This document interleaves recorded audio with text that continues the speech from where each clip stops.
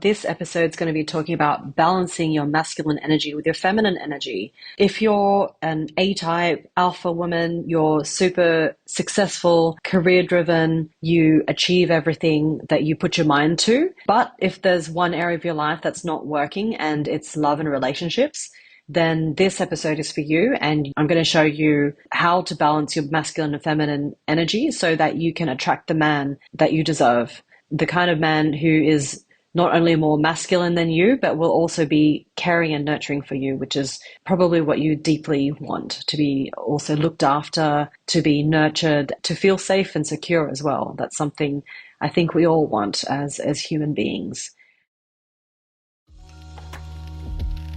Hey, my name is Michelle Chung, and I'm a live manifestation expert, which means I help women manifest their soulmate live in person, offline. And I help career-driven A-type alpha women find their man so they can have the amazing, committed, and effortless relationship they deserve. A bit of a background story is that I have been quite masculine in my energy. And, when I was growing up, I was actually a tomboy. I liked wearing, baggy clothes, baggy pants, that kind of whole Gwen Stefani in the No Doubt era, because that tough girl look kind of really appealed to me. I was a tomboy because, I was actually afraid of men. I was afraid of my body, my, sexuality being intimate. And, that intimacy and vulnerability actually, I thought was being weak. So it was a story I suppose I'd created when I'd looked at my own parents who are still together. They're in an amazing, loving relationship. They've had their stuff in the past, but they've been together for, how old am I? Over 40 years. I guess it was a story I'd created in my head from seeing my mother being in a relationship with my dad, who was, very strong, very, I guess, A-type man. I take after a lot after my dad. So thanks, Dad. But seeing that, my mum didn't, she was very opposite to me. She's much more introverted and I'm much more extroverted. And I always thought, there's something wrong with her, because if she's not like, having her own career, why isn't she like doing the things that she likes to do? Then being in that relationship makes her weak and makes like she doesn't have her own money if she and dad ever did get divorced. So I guess it was a story that I'd created that being in that position in a relationship was a point of weakness, and I would never wanted to be and trapped in any relationship where I couldn't walk away. And I guess it's part of my avoidant attachment style, not being able to, walk away or run away from something if, I needed to. So, and having that huge fear of being taken advantage of, like, I wanted to make sure that I guess that I had the upper hand in relationships. So, that kind of tomboy growing up, I never realized if I was attractive to men. I was always super surprised if any guy liked me, even though I had secret crushes on guys, but I was too shy and too nervous to, have a boyfriend in high school. So it was all very kind of, like, I don't know if it's a typical kind of high school experience, but, I was not one of the popular people, one of the popular girls. So I guess from that story that I created from my parents' relationship, in my relationships I overcompensated with my masculine energy, and that evidence was apparent to me once I'd done an exercise to kind of you know look over my past, assess my past relationships, that I've recognized that, there was a point in my relationships where I'd be like, I'm tired of making all the decisions. Can you make some plans for us? Or, can you figure out what we're going to do on Friday night? And I remember one ex-boyfriend in particular, in my 20s, and I said to him, "Oh, what do you want to do?" And he's like, "Oh, whatever you want to do." And that made me annoyed because I'm like, I want you to create something for us. I want to be led on this relationship and this journey with you. I don't want to be the one who's making up all the decisions and having to do everything in the relationship. And, not that it was me chasing him, but he'd kind of just left it up to me, I suppose, because if he's a mirror of me, I was dominant and I was more masculine and more taking the leadership and taking charge which is not a bad thing, but I guess I'd overcompensated that, that being my strength of leadership and of decisiveness and direction. I'd overused that, and it all of a sudden had become my weakness of doing that too often in relationships, and then having this pattern of relationships where with more feminine men, and feminine not being weak, but men who were not as strong minded as I was. So once I recognized this, I was like, oh, that's really interesting. So what do I need to do? Um, that's what I'm going to talk about in this podcast episode today. And so basically, if you're an alpha and A type woman and you're successful in everything you do, and then maybe there's just one thing missing, and it's your love and relationships, it's because this requires a completely different energy. You can't use the same energy that's made you successful in your business and your career and all other areas of your life and try to apply it to relationships. I'm saying this from a heterosexual relationship point of view. I'm not sure how it applies to same-sex relationships, although there's always a masculine, feminine energy in all relationships, no matter if they're heterosexual or gay, or other types of relationships, because the law of gender actually says there's a masculine and feminine energy in everything, in all your thoughts, all your plans, all your actions.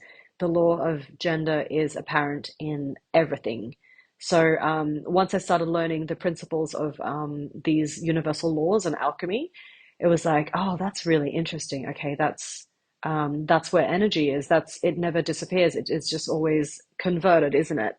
So um, once I recognized, oh, I've just been too masculine in my relationships. And, one memory was I was dating this really nice guy who was also starting out to be a coach. And that was when I was living in Sydney and I'd had this amazing life, but I was really not as conscious yet and not really knowing where my life path was supposed to be. And I was at his place, we're having breakfast, and he said something like, "You're an alpha woman. You need an alpha man." And I was like, oh, that's new. That's interesting. No one's said that I'm an alpha before, and none of my exes, I guess, knew about that kind of concept or terminology. And I was, I guess, more interested in personal growth than they were. And so this guy kind of brought up this new concept to me that, I'm an alpha. And I was like, oh, what does that actually mean? Like, and so, when I spoke to other women about being an alpha, they didn't necessarily think it was a compliment. They actually thought it was derogatory, that the idea of alpha being aggressive or domineering or dominant. I guess it's not such a nice thing to be known as in society. um, it was a really interesting concept and it really caught my attention. So from that point onwards, I recognized, okay, well, if I'm an alpha and I'm more masculine, then how can I attract someone who is also masculine? And from that thinking, I realized it doesn't work because the law of gender says that there needs to be balance in all things. So in a relationship, you need to have a masculine and feminine. And within each partner of the relationship, you need to have a masculine and feminine balance within each person.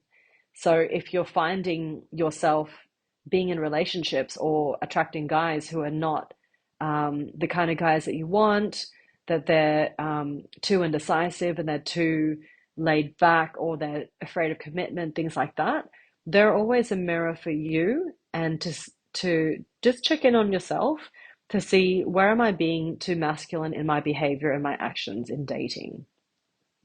And so I was also on this quest for love. And over the 5 years that I was single, I was trying to figure it out, trying to hack this whole love and dating thing, and recognized, okay, if I'm not going to reduce my masculine, and you never want to fix anything, because it's not a matter of, we're never ever, broken. We're not, we're not, um, we're not broken people. We're just coming from a pure, complete state. Um, if I'm not going to fix the masculine, then I need to increase my feminine. And so the last, I guess, couple of years that I've dedicated in my life is to discovering what that feminine looks like in my life. And I, during my single period, in my single time of life, over the 5 years, I started doing Latin dancing, and I'd always loved Latin music, um, especially like bachata, sensual, kizomba, zouk. Salsa wasn't a huge fan of. I think the music, I didn't really like it, but I really loved the music of bachata. I loved a bit of reggaeton as well, and I just loved Latin music. And I was like, I'm definitely, Latin on the inside and Asian on the outside with a Western education and upbringing. And I really just dived into Latin dancing. And why I was so fascinated with it was because it in itself is actually a huge communication process between the masculine and feminine. So you have a masculine, which is the leader, normally a guy, and then the feminine, which is the follower, which is normally the woman. So of course, there's a lot more women who have, um, excelled at dancing and start to take the leader role. But in basic, you know, Latin dancing, when you first begin, you learn as a follower to listen to the leader's instructions. So simple things like if he wants you to go left, he'll move his body and communicate with body communication for you to go left. So as a follower, it's up to you to pick up those signals to move to the left. So they always say with dancing, if your follower is dancing like crap, it's the leader's fault. So it's a kind of really interesting, it's an interesting concept because if the if the leader is not communicating in a way that his follower can understand and receive that communication, then the dance doesn't go as planned. So I just loved this concept, and I, kept dancing for about 5 years. And I just loved excelling at new things and learning new things. And especially this was such a personal growth journey for me as well. In terms of increasing my and raising my feminine vibration through Latin dancing. And I just loved that journey. Another way I was raising my feminine vibration, I went back to yoga. And as a masculine female, when I first started yoga in my 20s, I just couldn't get it. I didn't understand it. I know other women who said this as well, that they weren't really into yoga because it was just too slow. It was like boring. And I totally understood that. But coming from wanting of embracing my feminine side, my feminine energy, then I understood what yoga was about. And the yin yoga and yin activities, yin martial arts, they were all in the practice of receiving and to focus on your internal growth rather than the external, dopamine rush, the excitement, the adrenaline. Those are all masculine external activities, energies. So those are the kind of practices that I did to raise my feminine vibration, but also to I hired my own life coach and did a lot of internal work and worked with a few mentors, listening to all their podcasts, working on their coaching programs, and just recognizing, it's a journey, or like to rediscover my feminine side. And there's one thing that I came across, and that was also that feminism ruined femininity. There was an age of, imbalance in the world where we've been imbalanced. We've been at a masculine disadvantage, a masculine dominance for centuries. That when feminism came to rise, say, I think it was about the 60s, when women were saying equality, equality, equality, and burning bras and all that sort of stuff, it had to kind of overbalance in that favor of feminism before it could kind of settle down into hopefully what we have now as a new collective consciousness that feminine and masculinity need to coexist balanced and be able to, work together in harmony, because there is no one, the masculine cannot exist without the feminine, without the world going to crap, basically, as we've seen in the last couple of centuries. So that was a really cool revelation, understanding the difference between feminism and femininity being the energies of receiving, of vulnerability, of being in your intuition, and using all those superpowers, those feminine superpowers, in the way that it's meant to be used. And it's funny because I guess a lot of women, when we're in business, we're in masculine dominated industries, we tend to adopt those kind of masculine habits and behaviors in order to, survive, I guess, in order to compete, in order to be successful. And so now in your relationships, you've got to come around to understanding that what got you success in those masculine areas is not going to give you success in your relationships. And to embrace and raise your feminine vibration is the only way that you're going to have a balanced, what I call a magnetic relationship, where each individual partner is whole and complete and balanced within their masculine and feminine. And then that's when the two of you come together, both balanced, and then you can have an interdependent relationship. And I have a further training on this on my website. If you want, I'll put the link in my in the show notes below. And so this is a pretty huge revelation for me, and it's really what helped me, find my partner Raf in later years, after doing a lot of this internal work in the feminine side. So men are actually going to be put off if you act and behave more masculine than them. And so if you continue in this kind of very masculine alpha way, you're going to keep attracting feminine men, and you'll have to, look after them, rescue them, save them, mother them. And either they'll do one of a couple of things. They'll either accept it and allow you to keep saving them, mothering them, looking after them until they've got enough for themselves and they're like standing on their 2 feet. And they're, one woman I spoke to was kind of like, I always was in relationships where I gave so much of myself that they ended up better. And I was a shell of myself when we separated. So he ended up with all the good stuff and she ended up depleted.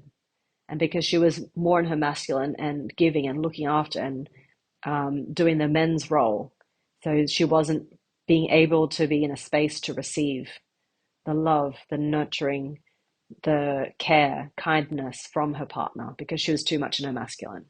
So it's either that they accept it and they allow you to, rescue them, or they fight against it. And then in your relationship, you're going to have a power struggle, or they're going to leave you for a woman who's half as amazing as you. Possibly they're a younger version of you. That's why you see that quite commonly with older men and younger women who look like they're the original version of their wives, their ex-wives. So they can actually, feel like they have something to offer them and contribute to them, because that's all that men really want, is a partner that they can actually contribute to, look after them, and give to them. And women in our feminine, we need to be we need to be able to receive that love and care and nurturing. So that is how the imbalance works with how to balance your masculine energy with your feminine energy.